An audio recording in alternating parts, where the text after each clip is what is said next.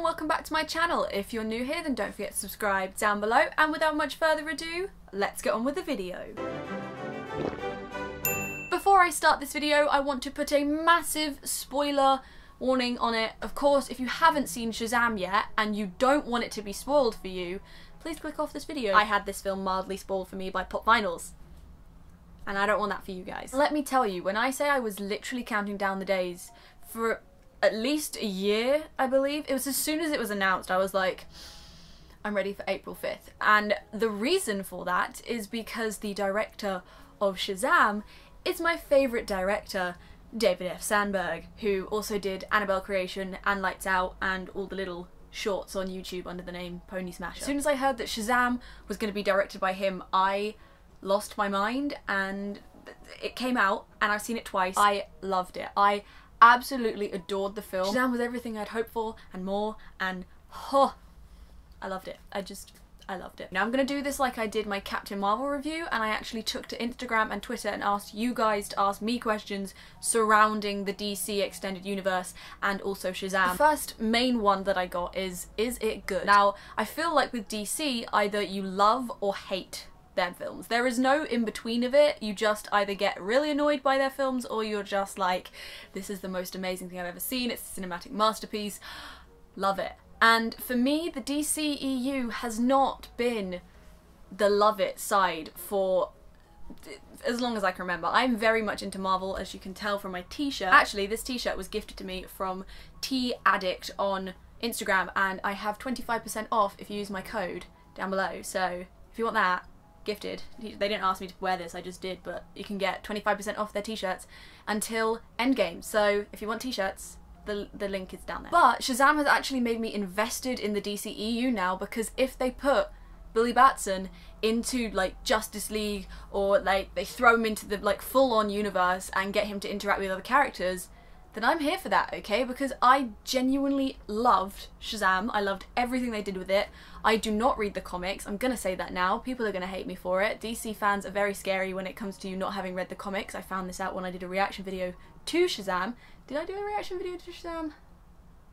Yeah. I thought it was a good film, standalone origin film. It gave me everything I wanted to know. It gave me a plot that made sense. There were moments where I was like, like the whole Billy Batson finding his mum thing and the reason why his mum went away, it kind of felt a bit, for me anyway, it felt like a bit forced, but obviously that is the background of Billy Batson. He is in a foster home, he is a foster kid, etc. But I don't know, there was a little bit of something there that I was a bit like, eh.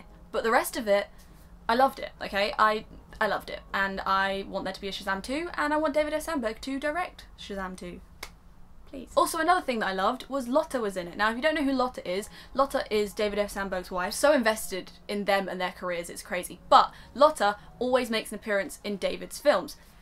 Any of his films. All of his films. In this film, she plays Dr. Lynn Crosby. She's a doctor who's working with Dr. Savannah to kind of find out what this mass hysteria is that everyone's seeing this wizard that's saying, hey, hold my staff and you can have magical powers. And obviously Dr. Savannah has other intentions, but she plays the doctor. If you've seen it, you know who I'm talking about. She came up on screen and I genuinely was like, it's Lotta. And then I saw my mum kind of lean forward and just look at me like, it's Lotta. And it was great. And then of course what happens to her happened, and I just went, oh! The next question is favourite character. Now, my favourite character is Freddy, because the kid who plays Freddy plays Eddie in It, and they're kind of the same energy of character, but like not, but they are. I think he's a great actor, and I think he brought the comedy to the film, and kind of, yes, Zachary Levi is a comedic genius and we should all stan him very, very hard because it's Zachary Levi. But Jack Dylan Grazer, who plays Freddy, has just brilliant comedic timing. He was able to deliver his lines that made me actually laugh, and I thought he brought the comedy in its majority to... That made no sense. Freddy is my favourite character, okay? And then of course Zachary Levi as Shazam, so Billy Batson, but as the Shazam character, because it's funny, and it's just such a funny film, okay? I did also like Darla. I thought she was great. Someone asked, is it the best DC film? It's between Wonder Woman and Shazam at this point, okay? Because Aquaman was pretty, but the plot was meh for me, and I did not love the plot. visually stunning, just hell yeah, like the fight scenes in Aquaman, beautiful. But Wonder Woman had both brilliant visuals and a brilliant plot, and now Shazam also has brilliant visuals and a brilliant plot. So they're against each other. Personally, I'd say Shazam I'd rather see again than Wonder Woman. At the end, when they all have powers, do the others have all of the powers or just one? At the climax of the film, all of the foster kids get the powers of Shazam put into them as well, and I guess because he broke the staff, that means they're there forever, I guess, so they can all just randomly go Shazam and then get all the powers.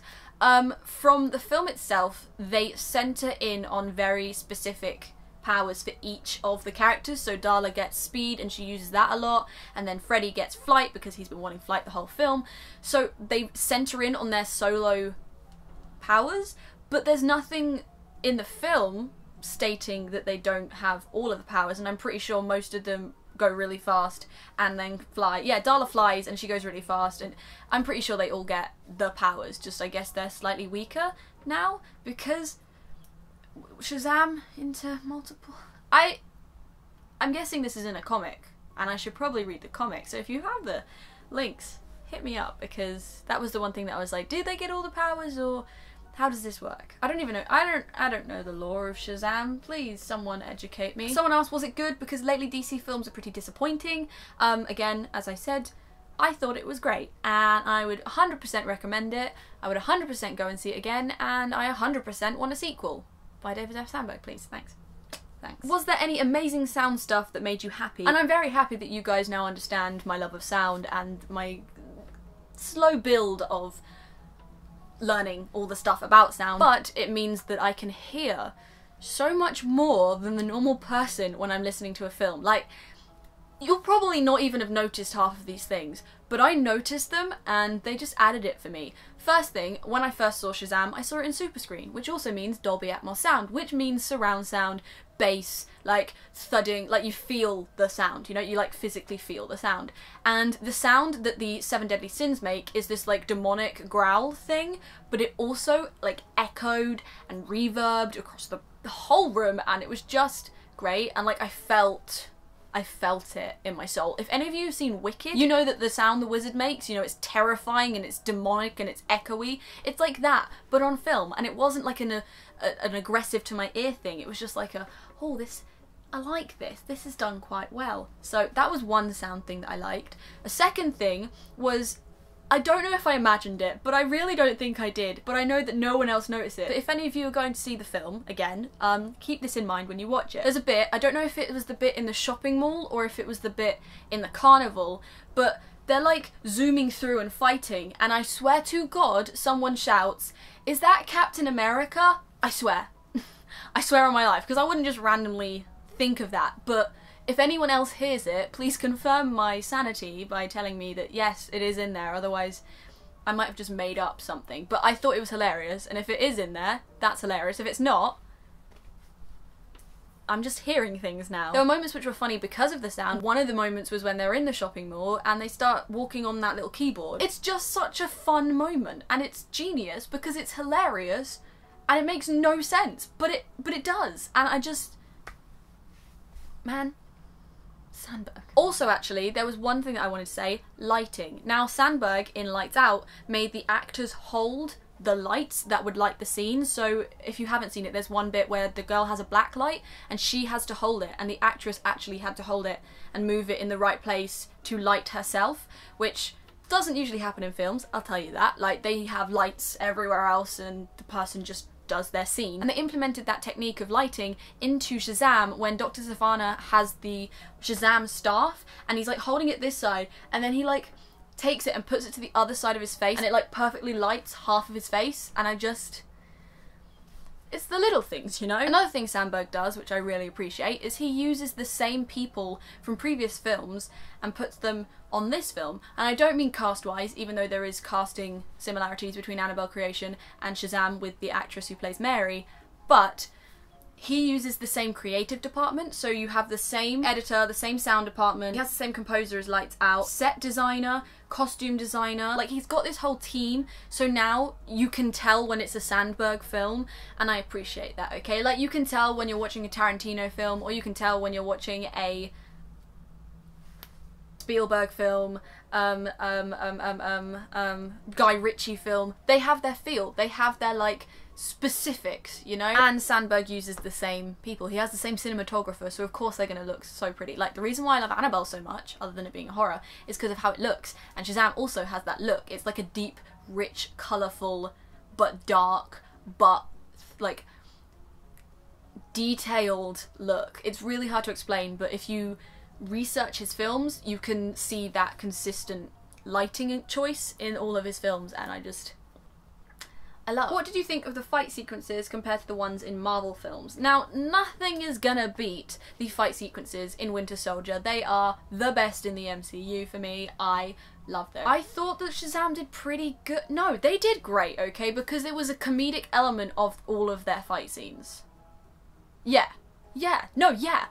They were 100% great. I don't think they were as good, like choreographed in a sense of hand-to-hand combat, like in Winter Soldier, which is the knife fight scene. If you remember that, that is stunning, and I could watch that 24/7. But the way the fight scenes go on and what happens in them, I think, is genius. There is always a comedic element running through each fight scene. I mean, there's one bit where he literally throws a Batman toy at Dr. Savannah, and I think that is genius. Like, you can tell that it's a kid fighting an adult, and I think they did that really well, which of course is the whole point of Shazam. Billy is only 14. Billy! Shazam was really funny, but how do you feel about how dark the film was as well? I thought it balanced humour and dark quite well, which again is something that Sandberg is very good at because he has really good comedic timing. Of course it is darker in a sense of the 7 deadly sins, and that whole scene in the boardroom was very wow. But again, he was able to put like a comedic twist on it. Like, you didn't expect him to literally yeet someone out of a window, but he does. The way it all fits together, the way it is contrasting with each other, and I think that's what superhero films need. I think they need to be funny but also serious and be able to switch between them quite fluidly. Someone asked, what did you think of the Superman cameo? I thought it was genius. It's hilarious. I wasn't expecting it, and I really enjoyed it. My friend Lucy, shout out to Lucy, she asked me if you could write the script for Shazam 2, what would the storyline be? And my answer to that is, I don't know enough about the comics, therefore I cannot write a storyline. But I don't mind what it is, as long as we still get Freddy being his hilarious self. We get Shazam and Billy being their hilarious self. A good villain that is both bad but able to play into that comedic side of the mood of the film. And also, I just want it to be directed by David F. Sandberg again. That's all I ask. And finally, the last question is, do you prefer the new lighter tone of the DCEU, or do you prefer the darker tone of movies like Man of Steel and Batman vs Superman? I do really like dark things. Hello, Wednesday Addams. With the superhero films, I think it should be a mix of dark and light kind of thing. But Batman vs Superman and Justice League and Man of Steel are very, very, very dark and unforgivably dark. Like, and I mean both in the plot and in the actual look of the film. I like a film that I can see and not struggle to see. And then if you're gonna give us a film that is then going to be put into 3D, you have to put the 3D glasses on, which then make it even darker. So personally, I like a film that is both colourful, deep, rich in colours. It can be darker, but it has to still be colourful and have its ability to be seen. But also I want a plot that is both funny and dark and can switch between them easily, and there's no questions asked when that switch happens. Yeah, I feel like the main reason why I don't love the DC Extended Universe as a film franchise is because I don't understand the comics. And while they should be able to stand alone as superhero films that you can enjoy, I feel like with DC you need to know the backstories of the characters to fully grasp what's going on. I loved Shazam. I recommend it. If you haven't seen it, please go see it. It's so good. If you don't like it, please tell me why you don't like it. Is it something to do with the plot? Is it visually? Is it characters? Like, I want to know why. But that is going to do it for today's video. If you enjoyed it and you want to carry on watching this face, then please do not forget to subscribe just here. Click on my previous video just here, and here will be a link to a recommended video. But until next time, bye!